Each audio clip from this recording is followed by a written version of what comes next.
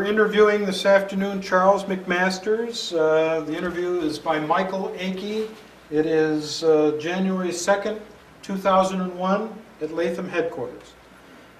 Mr. MacMasters, prior to the war, what were you doing? I was a college student at Syracuse University. And was there, and then when the first peacetime draft started, a whole bunch of us went up to the Dean of Men's office and signed up, and that was in September. Lo and behold, 1940. That's right. Lo and behold, I was taking my 1941. 41. Right. Lo and behold, by December, I was taking my pre-induction physical. But because I was in college, the draft board exempted me until the end of the school year. So in July of 41, I went in for service. I reported to the draft board, took us down to a little place called Adams, New York, and we all got on the platform waiting for the train to come through, and there were groups from, there's probably about 15 of us altogether from the draft board. We got our little talk about this, how important and how critical our services would be, and to follow the rules. I said goodbye to my parents, and we all climbed onto the train and headed for Syracuse. And we started getting acquainted riding down on the train. My buddy that I had a long relationship with was a young fellow who had just finished from Cornell University, and he had been called up too in the draft. We got to Syracuse and we got our meal tickets, and an old gray-haired sergeant there straightened us out as to this is the military life, don't do anything foolish. And then we were combined with a bunch of draftees who were being picked up in Syracuse, got on the train, and then we headed until we finally ended up at Fort Niagara. And of course that's there again. We were given the talk, and officially we raised our hand and were inducted into the United States Army for 1 year's service. My memories they're all jumbled together of all the different things that happened at Niagara. One of the things was, first of all, they started teaching us the facing movements and a little bit about marching. Again, the first night I was there, I drew KP, and so I had to take my white towel, put it on my foot of my bunk so that the charge of quarters could wake me up at an unreasonable hour to prepare food. After my KP duties, then we went in, we started drawing clothing. And it was kind of a weird procedure because they would give you an oversized jacket and say, well, you can exchange it at the next place. But apparently the thing was, nobody left there without a jacket, whether it fit or not. After being there for about 2 days, we got on the train again, and we headed south. And we had our meal tickets again to eat on the car, and we took us about 2.5 days, and we finally ended up at a place called Camp Croft, South Carolina, which was outside of Spartansburg. Camp Croft no longer exists. I understand that has been developed into a housing area. They got us off from the train, and we all were marched over to our area, and I ended up in B Company of the 33rd Training Regiment there at Camp Croft. Captain Bannister was the commander. This was where I started to see different people, different officers with their experiences. He was one of the old timers who came through the CCCs, and he was a good man. And I think that those fellows that came from the CC background had a little better grasp than some of the younger guys we got who had just graduated from college with their commission. Our NCO cadre was a bunch of old guys who had come out of Fort Moultrie, and the old Southern boys, and we were all Northern boys. There was we managed to live together quite well, and they proceeded to train us. We went through 13 weeks of basic training there at Camp Croft. And one of the things I remember is that we went to the rifle range, and when we returned, one of the rifles from the opposite company, I guess A Company, discharged while the men were in barracks, and 2 men were shot, 1 was killed. And immediately we were hustled out, and boy, they inspected us and looked all over to make sure we had no ammunition. They couldn't figure out what had happened. It seems that the rifle had been fired, and the rifle was on the range, it wasn't functioning, and they put it in the rifle rack, still loaded. And somebody was told, okay, you carry that rifle back with you, and somebody then just kind of jammed it into the rifle rack, and the thing toppled over and fired. The training was down there. We were in July, and it was hot. And we were training, went through all the different things, the different phases of training. Those were the days when you had to take salt pills, which tended to make an awful lot of people sick. But that was part of the drill. I'm thinking of, went through the basics of the first 7 weeks, the basic training, and then these next 6 weeks were advanced infantry training. At the end of that period of time, I was selected. I'd been acting as acting corporal.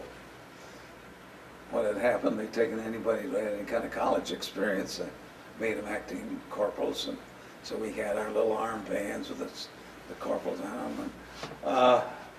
I was the only one in our company, or in our squad, that had an M1 rifle.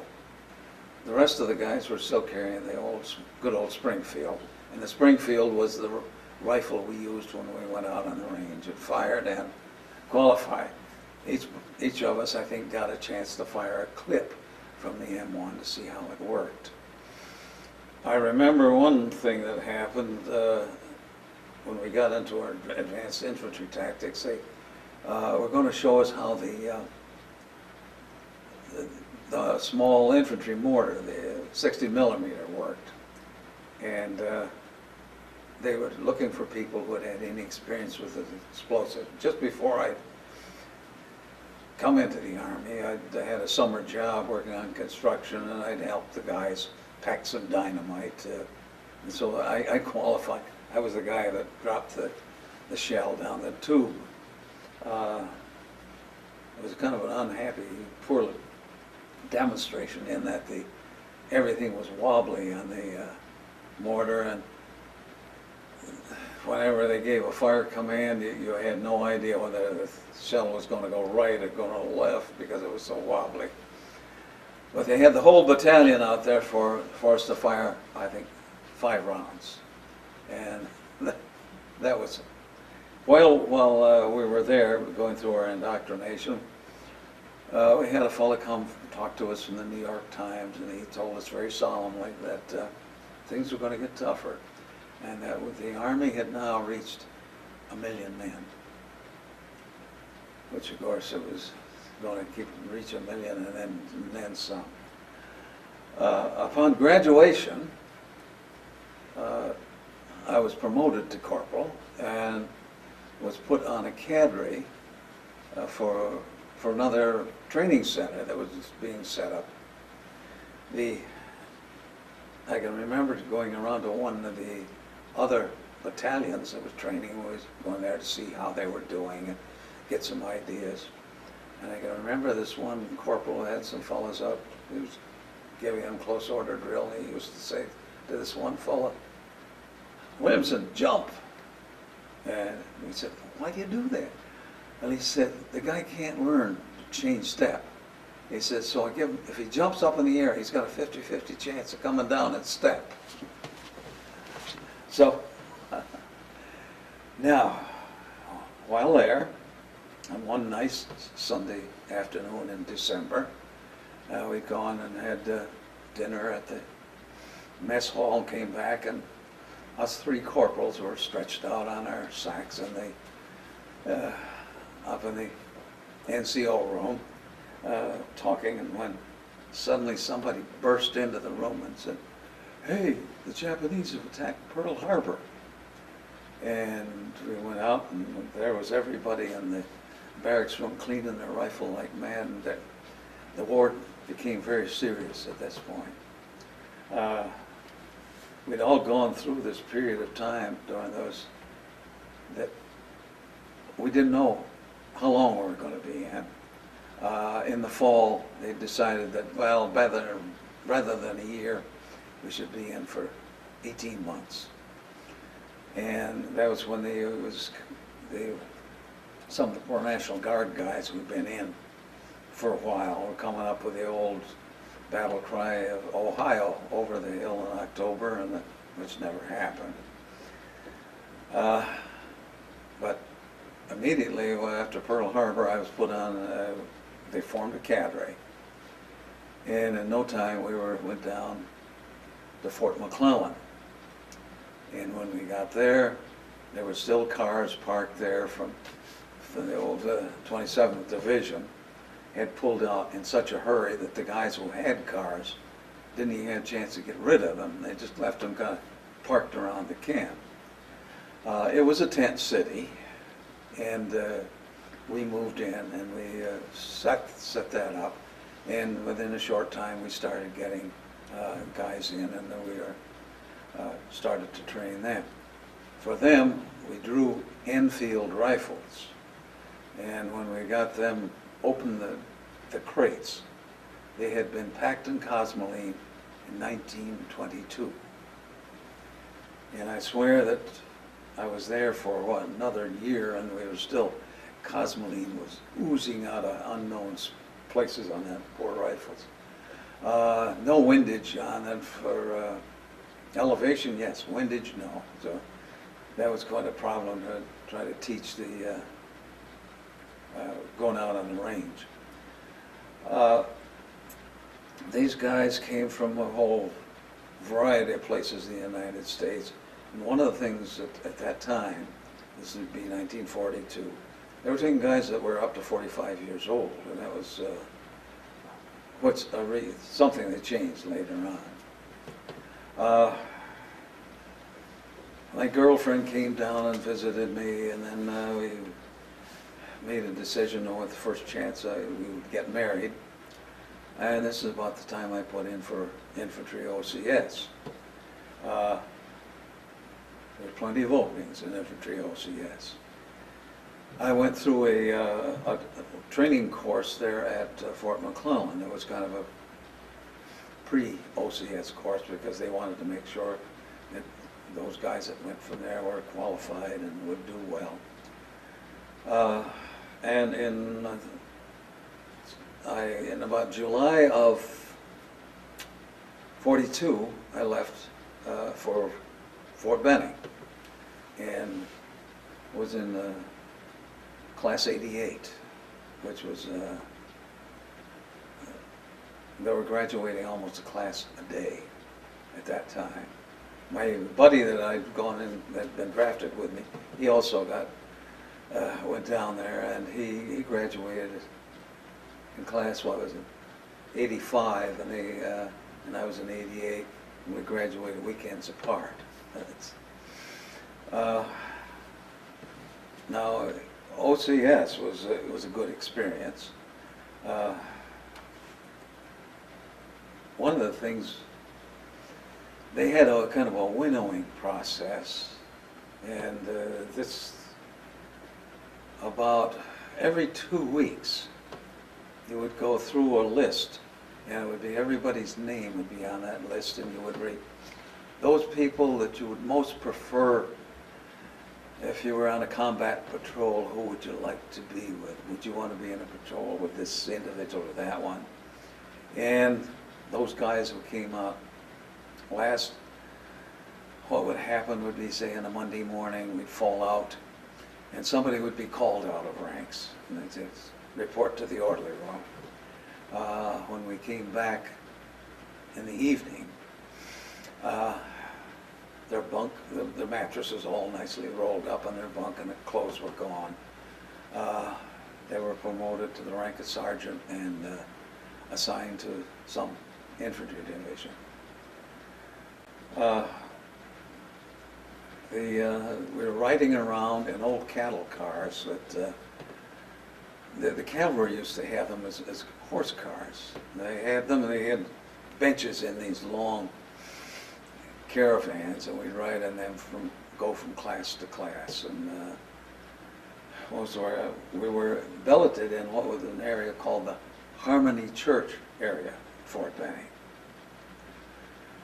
Well, upon graduation, my girlfriend came down, we got married, and I was admitted to the cannon school.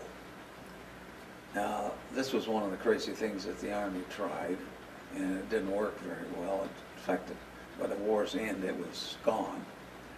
The theory was that the regimental commander needed his own close artillery support, where he did not have to go through a whole series of chains of command to try to get fire support when he needed it. He'd have his own cannon company, and we would have 6 howitzers in the cannon company. Well, I went through the training with the cannon company, and then I was assigned to the 81st Division, which was at Camp Rucker. And I went to the transportation officer, and he said, never heard of the place. And so after much searching, he finally put us on the train, and we got ourselves over to Camp Rucker, which is over by Dothan in Alabama. I reported to the regimental headquarters. They in turn sent me down to the 2nd Battalion of the 323rd Infantry. We got there, there was about 5 of us, and we sat waiting to see what our fate would be, how we'd be handled in this new outfit. They were out on making a 15-mile march, and they came back in, and we could hear them, the steady cadence of their tramp as they came marching into the battalion area. The battalion commander rushed in. He was a little short guy, kind of chubby, and he rushed into his office and was calling out orders to his different staff people. He came charging out of his office. He was yelling at his adjutant, "Somebody has stole my helmet liner. This one doesn't fit." He had it on backwards. That should have been a clue as to what to expect. He did not stay in command of the battalion long. I was assigned to H Company, 2nd Battalion, and from there I was assigned to the 2nd Platoon, a machine gun platoon. And the 1st Lieutenant got us all together, and there was a bunch of us reported at the same time. And he said, "You guys shape up and make me a captain, and I'll see that you get to be 1st lieutenants right away." So we worked real hard, and we're training with these companies. With this, there was a real flat area that we were in, kind of rolling fields. We maneuvered in them, and we had most of our problems were fought right on the area. But then oftentimes we would go off down in toward Florida and train in that area. When we had finally had as you go through company and then battalion and then regimental exercises, and then we then went down and had our division exercise down in Florida, and then we were told we were going to go in the Tennessee maneuvers, and we then loaded up on trucks, and we headed for Tennessee. We then maneuvered around from Nashville to Carthage in this area. It was getting towards spring. We then left that area. We wondered where we were going to go. You know, lovely rumors would fly around there, such as MacArthur doesn't want us because we're overtrained. Things. So that we always had lovely little stories going around. But anyway, we ended up doing our maneuver in Tennessee, and then when that ended, we were hoping to go up to Camp Atterbury, Indiana, prior to shipping out for Europe, only to be told that we were going to be shipped out to Arizona to the Desert Training Center.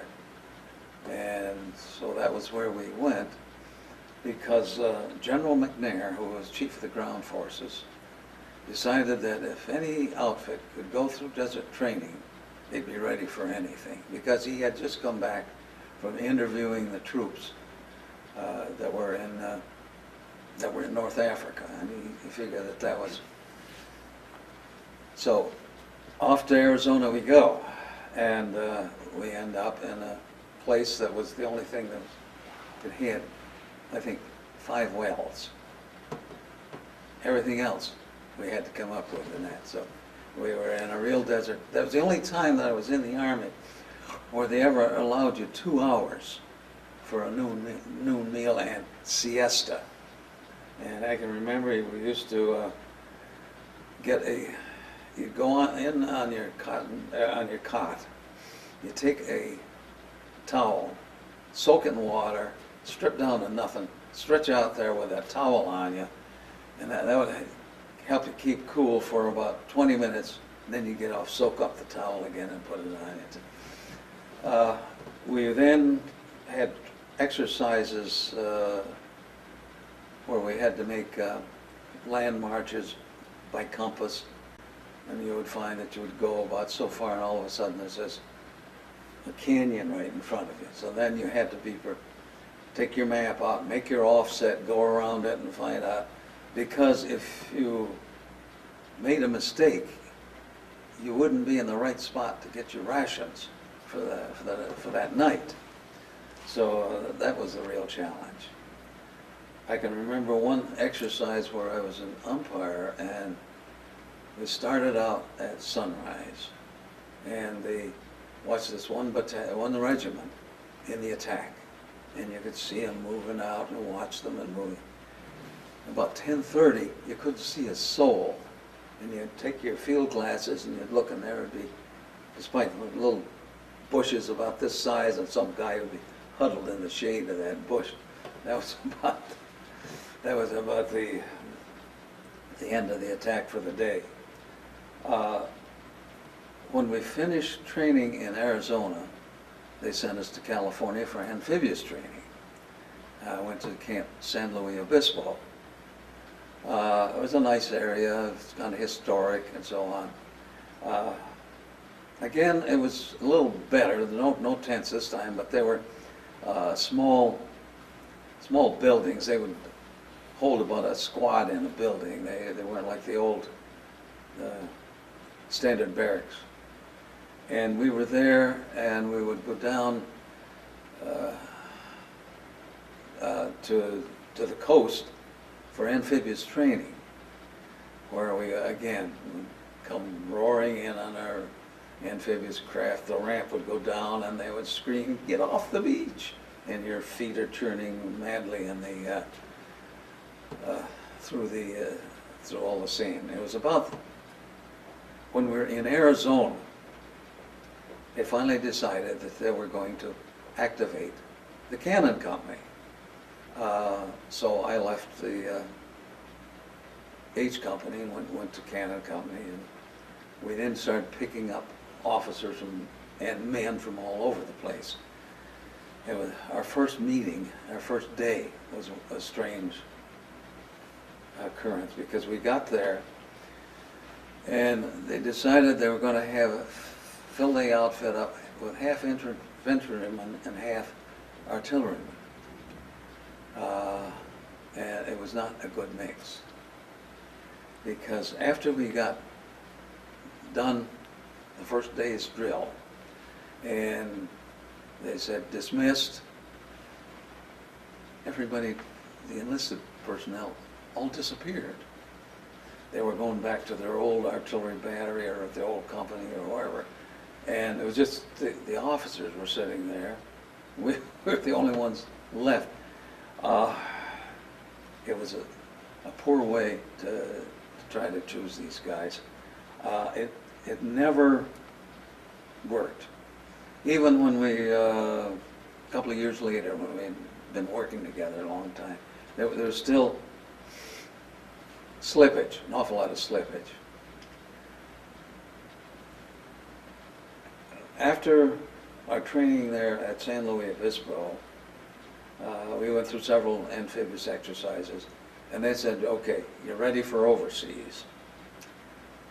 And we went up to Camp Beale in Northern California, up around Sacramento. And there we were staging. I was selected to go on the advance party to Hawaii, and I said goodbye to my wife. She was pregnant this time, and she got on the train and headed for home. I was with a party, and we went down, climbed on one of those lovely Dutch ships that you read about now, like the Noord-Dam and so on, that they're making those trips up and down. I'm sure they weren't the same ships, but they were the same shipping line. And the Dutch had gotten, when the war broke out and the Germans invaded Holland, all of these ships were at sea, and apparently they headed for neutral ports or for Allied ports, and became under the control of the United States Navy. There, it was strange because, okay, we've been eating in the field. While I was in Arizona, I went from about 140 pounds down to about 125 pounds because of the heat and the sweating and everything. And when we got on these ships, and the officers went up, we ate with the ship's officers, and they had these guys there from Indochina coming around with their little caps on, and they were on silver service, which was a lot different than when we were back in the field and you stood in line and waited until your unit was fed and then you ate. We then reported out to Honolulu, right? And we went up to Schofield Barracks and waited for the rest of the outfit to show up, which they did in a matter of a couple of weeks. And then from there we started our training. We did some jungle training out there. That was always a thrill, because you'd go out there in some of those mangrove swamps and you'd be climbing around on some of those branches, and all of a sudden you realize that you're not near the earth anymore. You're about 12 feet up in the air, climbing just through tall limbs on these things. The Honolulu was one of those places you could visit, and but by curfew you had to be back on base. So you never really did see too much of Honolulu. It was the land of Mamie Stover, the hooker, because they had to still, you'd go all come to, what are these guys standing in line for? And they were all going upstairs into some cat house. That was apparently the naval commander's idea of trying to keep things under control. It was one of these things too, when we were there, we had our division, plus a Marine division, plus another Army division, and of course part of the fleet was in. So we'd go into a bar, and you stood in line, you were allowed 3 beers, and that was it, make way for somebody else. Things moved. It was a beautiful place to be. but we weren't going to be there long. We just had no idea what we were going to do. While we were there, a ammunition ship blew up. Yeah. Let's just take this moment, we're going to change tapes. While we were there in the harbor, they were loading to get the 77th Division, was getting ready to go out. And they were loading one of the LSTs, and fire started, and it had explosions, and it went up, and I think there were some other ammunition ships close by, and they went up, and so we could stand up there in Schofield Barracks and see all this stuff going up in the air. And it's, we finally trained there, and we were put aboard ships, and for 45 days we were tooling around the Pacific before we finally got to the Peleliu Islands in the Western Carolinas. We started out, we left Hawaii, went down to Guadalcanal and had a practice amphibious landing there. And then we loaded up from there, and that is when they told us we were heading toward the Peleliu Islands, and they wheeled out this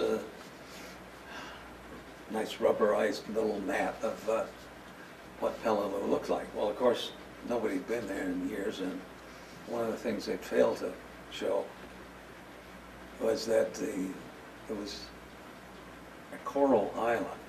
It had been pushed up from the ocean. There were caves all over, and then the Japanese, who had been fortifying the place for years, had done a great job of expanding these islands. So we finally headed up there, and the 1st Marine Division went in on Peleliu, and the 81st Division went on an adjacent island called Angar. Their operation lasted probably about 5 days. And the place was considered secure, except for those few crazy bastards that always hold out at the, you had to kill them in order to get rid of them. Peleliu, I can remember standing there watching the place being bombarded. The ships would circle around, and they would fire, and they would see them get the island. You know, yeah, there can't be anything left. You know, I figured, boy, I'll be able to just walk in like you were on parade. Well, they went in, the Marines lost heavily, and in the end, the Army then finally went in and finished up Peleliu. My regiment was the one in reserve, the 323rd Infantry, and we went up to secure this lovely little atoll called the Ulithi Atoll. Now, they had no idea what was there. They knew Japanese had been there. It was one of these probably 100 miles around atolls. And we went in, landed with all the fervor and excitement of when you have an amphibious landing. And all I found was one chicken running around. I threw a stone, hit it in the head. And so we tried to cook it that night. It was so tough. Hey. And that is when we got our first mail in 45 days. And we all sat there, we had stacks of letters. And this one captain said, now, fellas, what you do is you put the mail in sequence, and you get the newest one on top. And you read that first, because if there's going to be any bad news, you want to get it right away, rather than have it sneak up on you. And I picked up my letter and said, your daughter's 4 days old. And so that was kind of a joyful thing. We stayed on the Ulithi Atoll just long enough for the Navy to come in and start their anchorage there in another airport. Then we went back down to Peleliu, and we relieved I think, one of the Marine regiments, and then we took up the battle against the Japanese that were in the caves. Yeah. Let's change.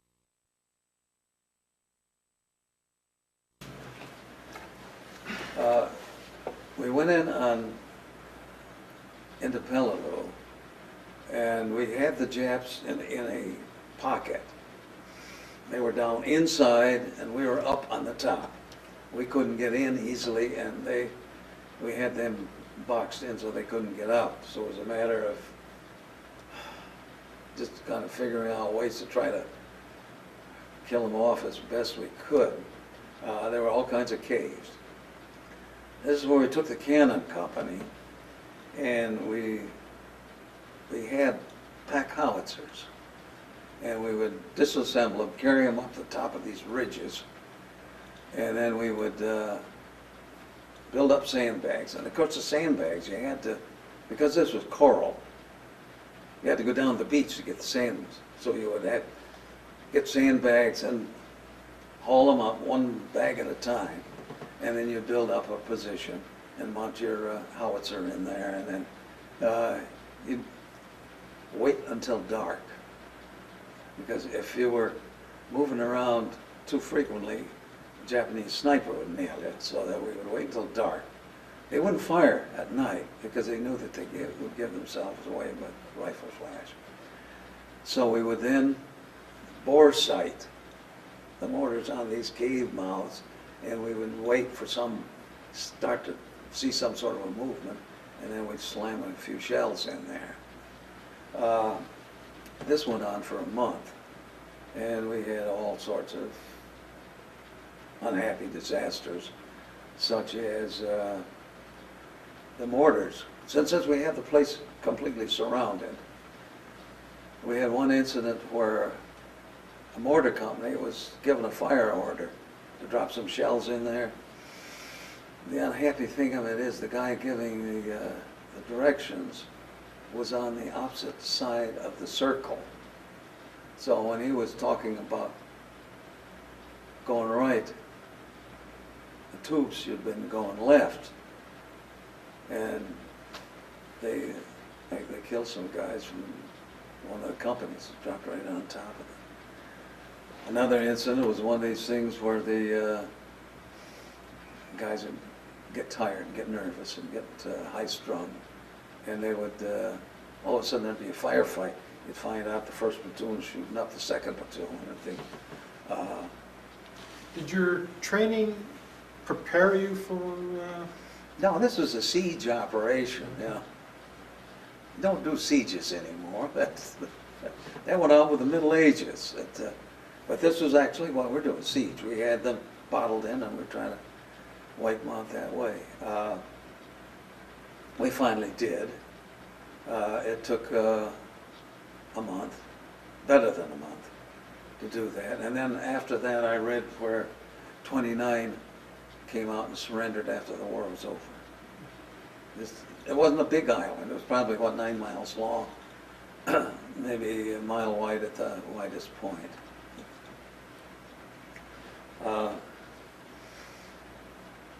We were getting ready. We were told that we would be needed somewhere else, and when the fighting ended on Peleliu, the army was now invading the Philippines, and so we'd be needed somewhere else. It was at that point that they found that the whole division had amoebic dysentery.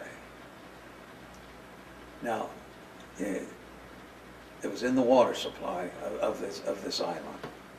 The Marines were aware of it when they landed there, because the medics had told them what to expect. And so they boiled all their water, because the amoeba, you could put them all through all kinds of filters and they'd go right through. So we ended up, and it was a funny thing, like stories about the old Civil War campgrounds where you look around and see fires burning all over. This is what we ended up with. Each company had a fire going, boiling water, so they had water to... And the war completely bypassed us. And there we had nothing but sea rations. And that was just a choice of three. In those days, it was hash, stew, and beans. And so you'd get up for breakfast, for lunch, and for dinner. That was your choice. Many times you'd get up and you'd maybe have something to eat for breakfast. Then when it came lunch, you would just have a cup of coffee or maybe one of those hardtack crackers or something. We did have a duck that was available to the regiment, and it would be loaned out on a half-a-day basis to each company. And then they would go out on the little reef that was close by and use hand grenades to stun the fish. And there we could have some fresh fish, and that was a real treat. So you had to wait patiently until your turn came around. Christmas came, and lo and behold, a supply ship came with turkeys and all kinds of good stuff. That was the first decent meal we had in a long time. And of course we had the Class 6 rations showed up, and great, we got booze all over.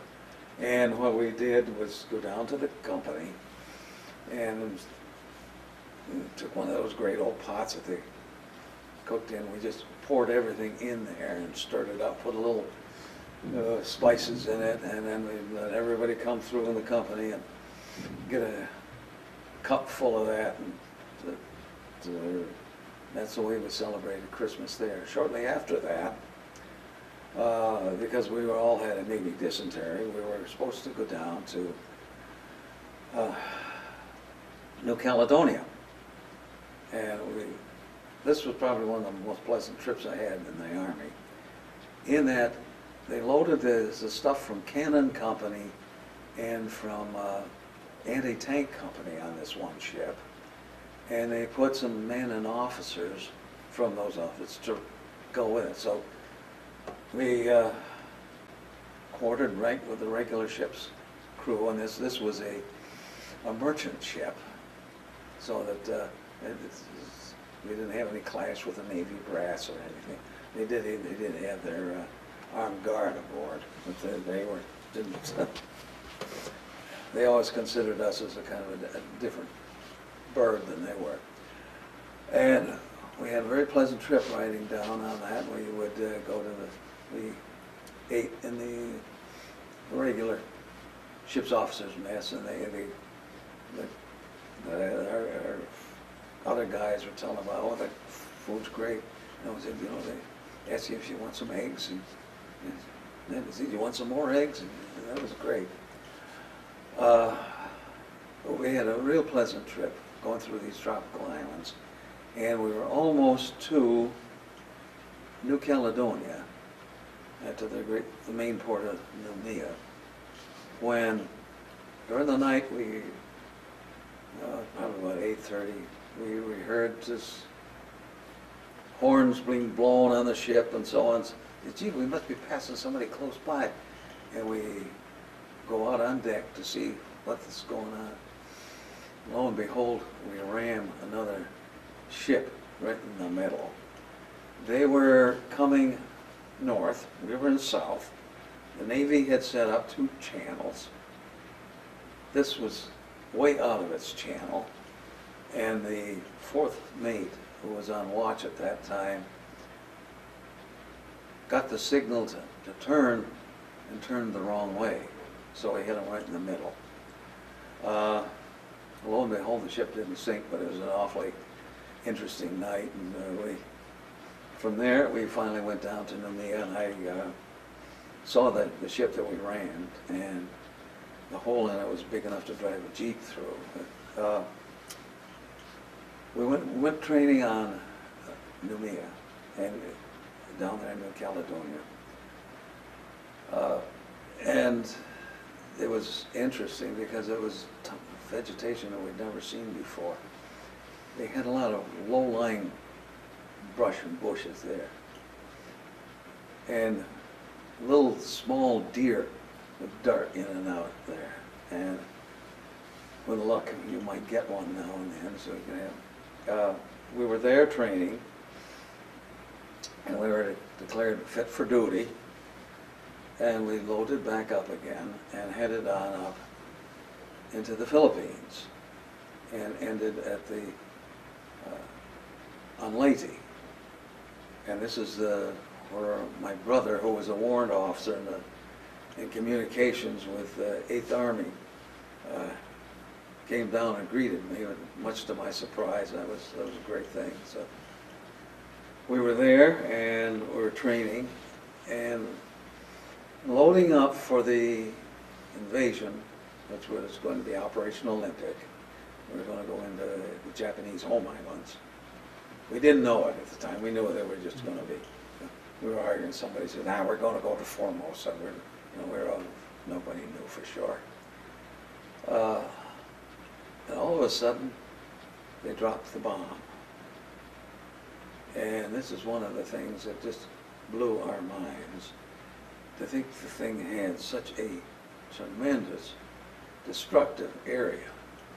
Because the guy was saying, hey, if you had artillery shells like that, what a spread you'd have to fire your artillery batteries. And just before that, we had seen our first snooper scope, the one there where you see at night. And before that, they had fired a demonstration with a VT fuse. And that was something to see, like following the contour of a hill. Oh my gosh, this war is getting real fierce. And when the war ended, we didn't know what would happen to us, but we thought, well, we'll head for someplace. At this point, we were told the point system was coming into effect. And since I'd been in so long, and since I had a wife and a kid, I had enough points so that I was going to be rotated back. So I was rotated back from there. Went to the replacement depot, and we're there for, I think, 30 days before we catch a ship. Read every one of those little pocket books that I could find, played volleyball from sunrise to sunset, saw every movie that was shown, whether you'd seen it once or twice. We waited, and then finally we came back to the States. What did the average GI think of the bomb at that point? We thought it was great. That it's going to get us home. It's going to end the war. That was all. And generally, how did you view the American equipment and training? The American equipment and training, well, I thought if we had the latest equipment, it was great. The outfit, the 81st Division, and the heavy artillery, they still were training up until the Arizona desert with some old converted Schneider 155s. Those ones were the Germans surrendered to the Allies at the end of World War I. And I can remember the unhappy incident of one of the shells dropping short in the middle of a company, but it didn't go off because it just buried itself in the desert sand. And very shortly after that, they came in with the new 155s. I like the M1. I think everybody liked that. When we were fighting on Peleliu, there was a chemical mortar company there, and that 4.2 mortar. We wished that we had that as an infantry, rather than a cannon company. We thought we would probably do much better with that than we would with the cannons.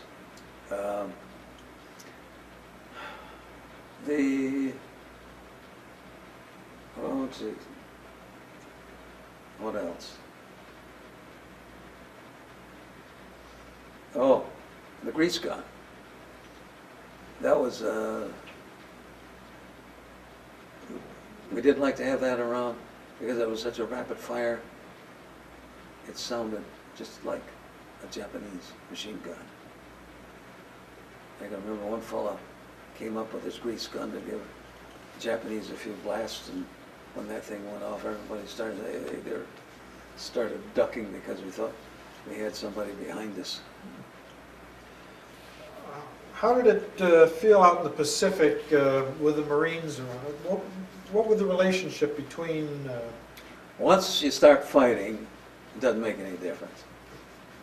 Once you're in the same position where you're going to die, right? Nothing worse than meeting a Marine who's just finished basic. What'd you think of MacArthur? He was not our hero. It was strange because, as we think back now, that I think he did a great job of island hopping. But I don't know. He was not. Did not make himself dear to the troops. We always considered that he was living lavishly while we were going through the miserable grinds of the desert, out there in the jungle. How did it feel being a few thousand miles away? You're a father. You're what, 19, 20 years old? Mm-hmm. Was that a constant thing in your life? Constant thoughts of home? Oh yeah, right. Yes. And I can remember it was when we were in the Philippines getting ready for what was supposed to come, the invasion of Japan. We were near a beach, and in the evening, the sun would still be setting, there'd be plenty of light, and you'd see guys by themselves sitting all alone on the beach, kind of going through their thoughts.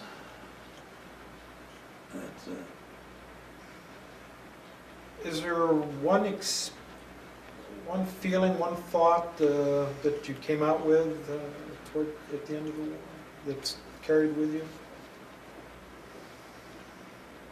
Well, I don't know if I'd say there was one, several. I liked the camaraderie that I had in the service. That's why I joined the reserve when I got out. And got myself recalled for Korea. Yeah, I think that the camaraderie.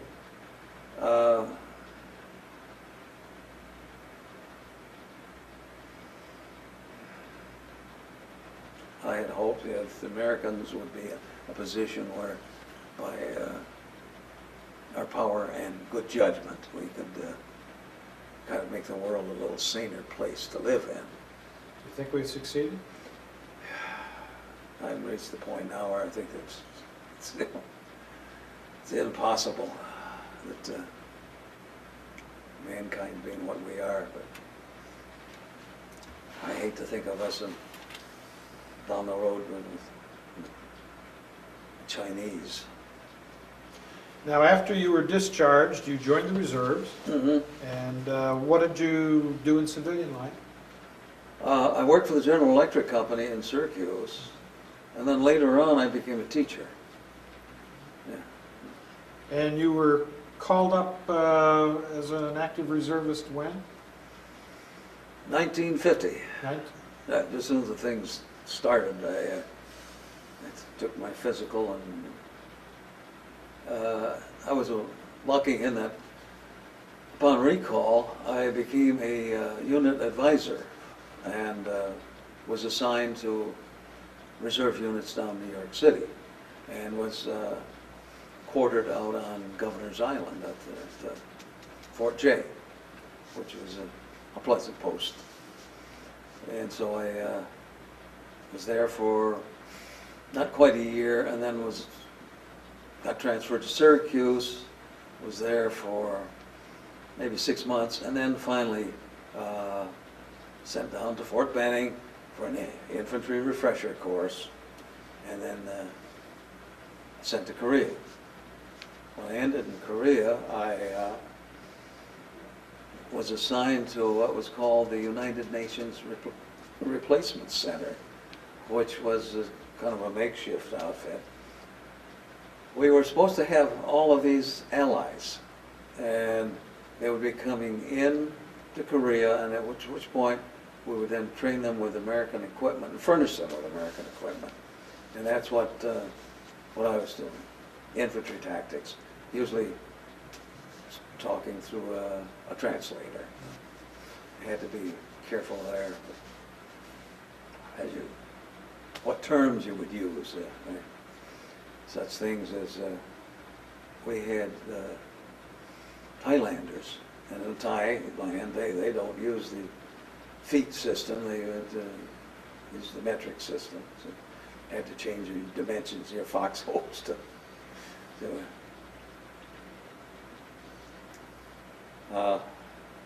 I enjoyed that duty, but we had a colonel who drank us out of existence, because every time somebody came down to inspect the unit, he would be out cold in his quarters.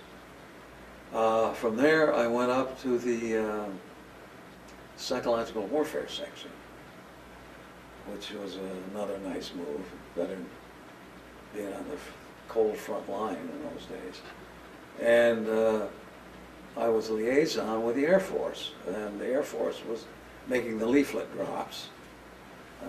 And I would get the leaflets, help set up the schedule for drops, and then work it out with the Air Force. So. That duty lasted how long? Well, let's see. I probably started in July of 52, and it lasted until March 53. What was it like working in the psychological warfare unit? Well, it was a breeze, very comfortable. Lots of crazy things. In other words, here we were trying to convince a foreign enemy that they should surrender. And the problem was getting inside their heads. Such as one of the leaflets we dropped showed a figure in black, long, gowned, bony hand, a scythe, and is pointing at a grave in the ground. And it says, "Don't let this happen to you." The thing of it is, in Korea, graves are mounds on the sides of hills. Death is a symbol in white. And we dropped this on those leaflets up there, and they just look at them. They just didn't make any sense to them at all. Wasted time and paper and everything else. So it got to be quite a problem to try to get inside their heads. And there was all kinds of problems with that. One time in PSY Warfare, I was told this, that they said, well, we've got Chinese in this war now, and we've got to get some good PSY War material for them. So they sent down to Formosa and got a couple of college professors who came up writing dissertations on why one should not fight and so on. And of course, we found out that the average literacy for the poor Chinese soldiers is about 3rd grade. And so we wasted our time there. Well, there was quite a learning curve in this operation. Oh boy, was there, yeah. You think it was a successful operation?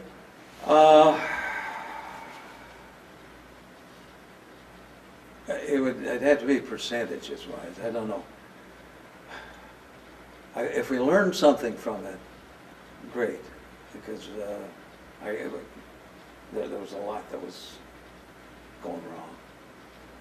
Those leaflet drops have found out that the leaflet bombs, what did they say, supposed to open up at 900 feet, would go completely down to the ground, or open up at 2,000 feet, and we'd get them. Somebody from one of the battleships saying, "Hey, we got a whole bunch of leaflets landed on our deck," you know, things.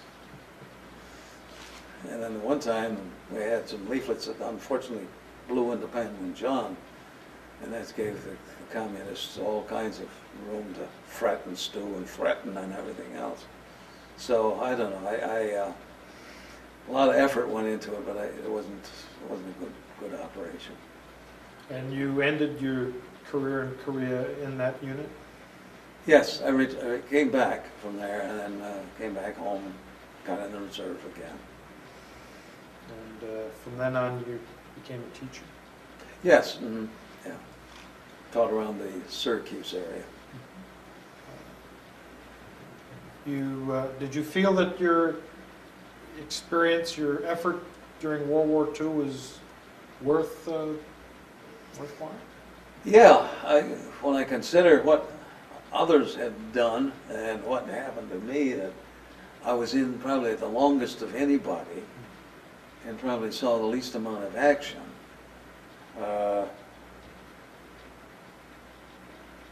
Except somebody say maybe what, the 98th Division, who never saw any action at all. I consider that I could have contributed more if I needed, but apparently I was not needed. Well, thank you very much, sir. Okay.